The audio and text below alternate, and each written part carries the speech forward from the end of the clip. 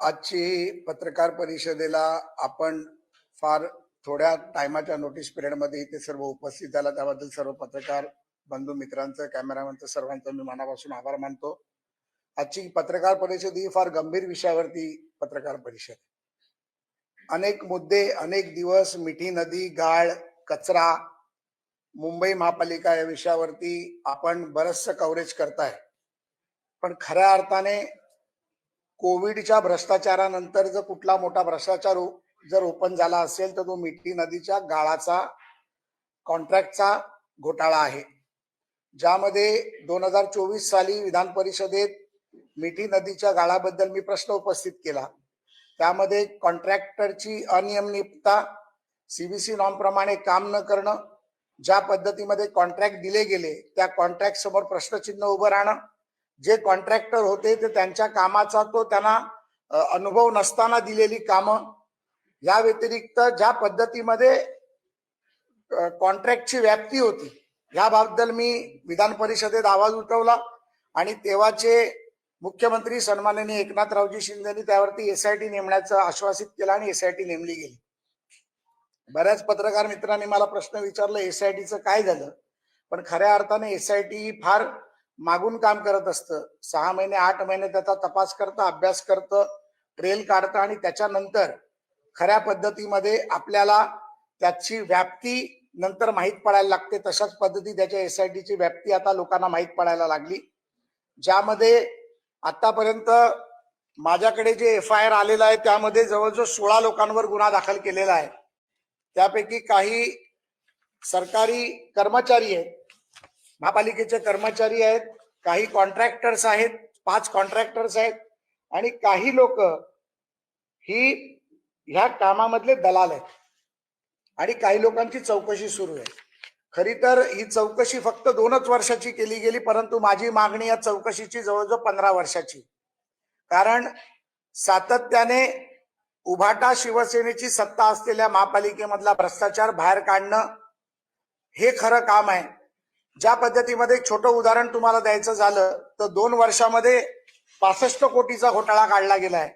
मला वाटतं जर 15 वर्षाचा जर घोटाळा बाहेर पडला तर हा 65 कोटी रुपयाचा घोटाळा फक्त 6.5% होईल आणि या घोटाळ्याची व्याप्ती जवळजवळ 1200 ते 1300 कोटीच्या घरात आहे.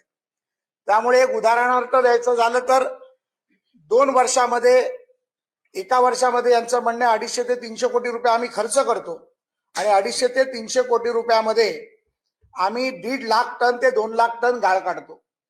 माझी या सरकारी बाबूंना किंवा कॉन्ट्रॅक्टरना किंवा जे कॉन्ट्रॅक्ट दिलंय त्यांना माझी एकच विनंती विचारण्याची होती की जर तुम्ही 2 लाख टन कचरा काढलाय तर 2 वर्षात 4 लाख टन झाला, 15 वर्षात तो 30 लाख टन झाला.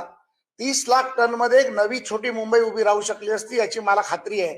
त्यामुळे तो कचरा कुठे टाकला तर कचरा टाकलेला जे ठिकाण दाखवत आहेत त्या ठिकाणी आता टोले जंगल इमारती उभ्या राहिले.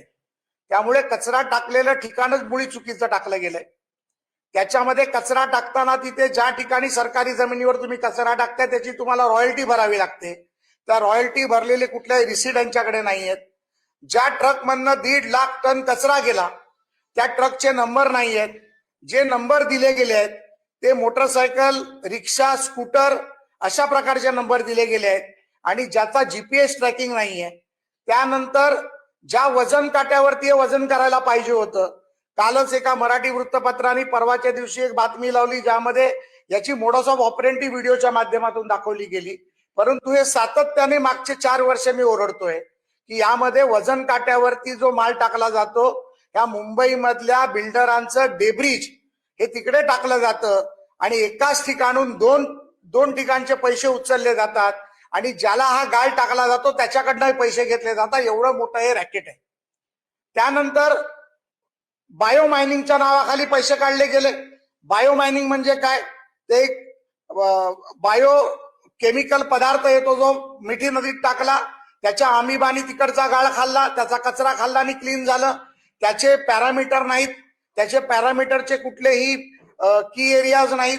त्यामुळे बायो मायनिंग कोणी केलं, का केलं, कशासाठी केलं याची कुठलीही व्याप्ती कोणालाही माहित नाही. अशा प्रकारचा हा हे सगळं प्रकरण आहे. आणि प्रत्येक वेळेला आपण जर पाहिलं असेल तर प्रत्येक मिठी नदीच्या कॉन्ट्रॅक्टच्या आधी एक नवीन टेक्नॉलॉजी आणण्याचं काम केलं जातं, ज्यामध्ये सांगितलं जातं की जर्मनीमधनं, इटलीमधनं, फ्रान्समधनं, स्पेनमधनं आम्ही टेक्नॉलॉजी आणली. आणि उदाहरणार्थ एखादी टेक्नॉलॉजी जर 100 रुपयाची असेल तर त्याच टेक्नॉलॉजीला भाड्याने घेऊन त्याला 2000 रुपये देण्याचं काम केलं जातं. आणि ती टेक्नॉलॉजी आणत असताना त्याच्या स्पेसिफिकेशनच्या 4 टेक्नॉलॉजी असतील तर त्यांना अलाउ केलं जात नाही. स्पेसिफिक एकाच कंपनीला टेक्नॉलॉजी दिली जाते, ज्या माध्यमातून ह्यांचे जे दलाल आहेत, ह्या दलाल आणि दलालांच्या कंपन्या जर आपण पाहायला गेलं तर स्पेको, स्कायवे, तनिषा, त्रिदेव, एमबी ब्रदर्स या ठराविक कंपन्यांनाही सातत्याने 10-12 वर्षात कामं दिली गेली आहेत. या कंपन्यांचा संबंध भूपेंद्र राजपुरोहित यांच्याशी देखील आहे, त्यामुळे स्पर्धा कुठल्या प्रकारची होऊ नये हा त्यांचा सातत्याने प्रयत्न असतो.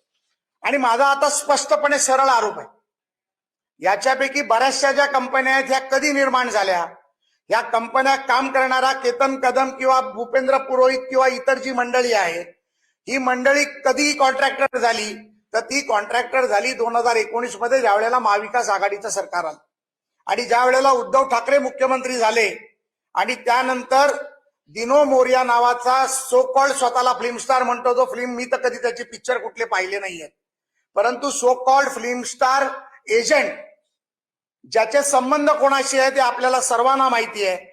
आणि त्याच्या माध्यमातून ही सगळी कॉन्ट्रॅक्ट 2019 ते 2022-23 पर्यंत दिली गेली. आणि ह्या पद्धतीमधला हा भ्रष्टाचार हा छोटा मोठा भ्रष्टाचार नसून हा किमान 1200 ते 1300 कोटी रुपयाचा भ्रष्टाचार आहे. 3 दिवसापूर्वी मी माननीय पोलीस आयुक्त मुंबई श्री देवेंद्र भारतीजी यांना भेटलो. त्यानंतर पोलीस उपायुक्त संग्राम निशारदान याची भेट घेतली आणि 500 पानाचे कागदपत्र मी त्यांना दिली. त्या 500 पानाच्या कागदपत्राचा जर तुम्हाला अभ्यास करायचा असेल तर त्याचा पेन ड्राईव्ह तुम्ही माझ्याकडनं घेऊ शकता. हा पेन ड्राईव्ह बॉम्ब आहे. आपण जर त्याचा खऱ्या अर्थाने जर अभ्यास केला तर तो पेन ड्राईव्ह बॉम्ब आहे, ज्याच्यामध्ये प्रत्येक कॉन्ट्रॅक्ट कशा पद्धतीत उचललं गेलं, त्या कॉन्ट्रॅक्टच्या मागे स्पेसिफिक टेक्नॉलॉजी कुठली वापरली गेली, त्या स्पेसिफिक टेक्नॉलॉजीचे खोटे पेपर कसे काढले गेले, त्याच्यामध्ये कोण अधिकारी होते, दिनो मोरियाचा रोल काय, त्याच्या भावाचा रोल काय, या कॉन्ट्रॅक्टरचे त्यांचे संबंध काय. आणि मिठी नदीचा गाळ हा कुर्ल्यातून निघून माहीमपर्यंत येतो, पण तो बांद्र्यात कुठपर्यंत कोणाच्या पायरीपर्यंत जातोय याचा देखील तपास करणं आता गरजेचं झालंय. त्यामुळे या मिठी नदीच्या गाळामध्ये असलेला कचरा, चिखल, उंदीर, माती हे सगळं खाण्याचं काम या राज्यकर्त्यांनी, कॉन्ट्रॅक्टरनी, सो कॉल्ड फिल्म स्टार्सनी आणि या सर्व मंडळींनी केलेलं आहे. याची निपक्षपात चौकशी झाली पाहिजे. या संबंधित मी माननीय मुख्यमंत्र्यांना देखील पत्र दिलं. या बाबतीत मी माननीय पोलीस आयुक्तांना पत्र दिलंय की ही चौकशी ही 2 वर्षाची न ठेवता ही चौकशी किमान 12 ते 15 वर्षाची करावी, जेणेकरून या मुंबईकरांचा, मराठी माणसाचा जो मुंबईमध्ये स्लममध्ये, चाळीमध्ये आणि ज्या ठिकाणून मिठी नदी जाते त्या आजूबाजूच्या परिसरात राहतो, त्याचे हाल पुन्हा एकदा 26 जुलैला जसे झाले होते तसे न व्हावे. या व्यतिरिक्त एक महत्वाचा मुद्दा मी या चौकशीमध्ये काढला होता, त्याची देखील चौकशी अंती काही गोष्टी निष्पन्न झाल्या आहेत. ज्या वेळेला 26 जुलैचा फार मोठा फ्लड आला होता, मला वाटतं तुमच्यापैकी काही लोक आमच्या बरोबर देखील पाण्यामध्ये मुंबईकरांच्या मदतीला आपण सर्व होतो. सिद्धिविनायक मंदिराचा त्या काळात मी ट्रस्टी होतो, त्यामुळे त्यावेळेला आपण प्रचंड लोकांना, मुंबईकरांना मदत करण्याचा देखील प्रयत्न केला. परंतु ते झाल्यानंतर तेव्हाचे तत्कालीन पंतप्रधान कैलासवासी मनमोहन सिंग साहेबांनी मुंबई महापालिकेच्या मिठी नदीच्या संरक्षण भिंतीसाठी 1400 कोटी रुपयाचा पंतप्रधान विशेष निधी दिला होता.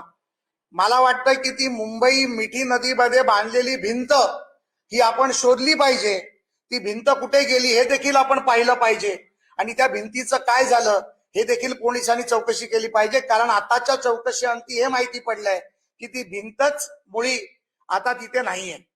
या व्यतिरिक्त अनेक लाख उंदीर मारले असा देखील दावा त्यामध्ये केला गेला. म्हणजे चिखल खाल्ली, माती खाल्लं इथपर्यंत ठीक होतं, आता उंदीर देखील खाण्याचं काम या मंडळींनी केलंय. जवळजवळ 1 लाख उंदीर मारल्याचा त्यांनी दावा केलाय आणि 100 रुपये पर उंदीर प्रमाणे त्याच्यामध्येही कोटी रुपयाचा भ्रष्टाचार, कोटी रुपयाचा झालाय. हा देखील मी आज आपल्या पत्रकार परिषदेच्या माध्यमातून दावा करतो. त्यामुळे या संपूर्ण भ्रष्टाचाराची व्याप्ती ही राजकुमारापर्यंत जाते का? या भ्रष्टाचाराची व्याप्ती कोणाच्या तरी अजून राजकीय नेतृत्वापर्यंत जाते का? याचा देखील अभ्यास आपल्याला आता करावा लागेल. तुमच्या पत्रकारितेच्या विशेष असे जे तुमचे अनुभव आहेत त्या माध्यमातून, मी दिलेल्या पेनड्राईव्हच्या माध्यमातून तुम्ही अजून चौकशी कराल तर कदाचित माझ्यापेक्षा जास्त गोष्टी तुम्हाला देखील माहीत पडतील. आणि अशा प्रकारचा हा 1200 कोटीचा सर्वसामान्य माणसाचा, मराठी माणसांचा, मुंबईकरांचा पैसा खाणारे हे सो कॉल्ड दलाल, कॉन्ट्रॅक्टर आणि राजनीतिक यांना शिक्षा ही झाली पाहिजे, ही माझी मागणी आहे. माझ्या माहितीप्रमाणे ईडीने देखील याचा गुन्हा दाखल केलाय. येणाऱ्या मंगळवारी किंवा बुधवारी मी ईडीचे सहसंचालक यांना देखील मुंबईमध्ये भेटणार आहे आणि त्यानंतर त्यांच्याशी चर्चा झाल्यानंतर पुन्हा एकदा आपल्याबरोबर पत्रकार परिषद घेऊन अजून काही घोटाळ्याचा बॉम्बस्फोट किंवा पेनड्राईव्ह स्फोट करता येतो का हे मी आपल्याला दाखवेन.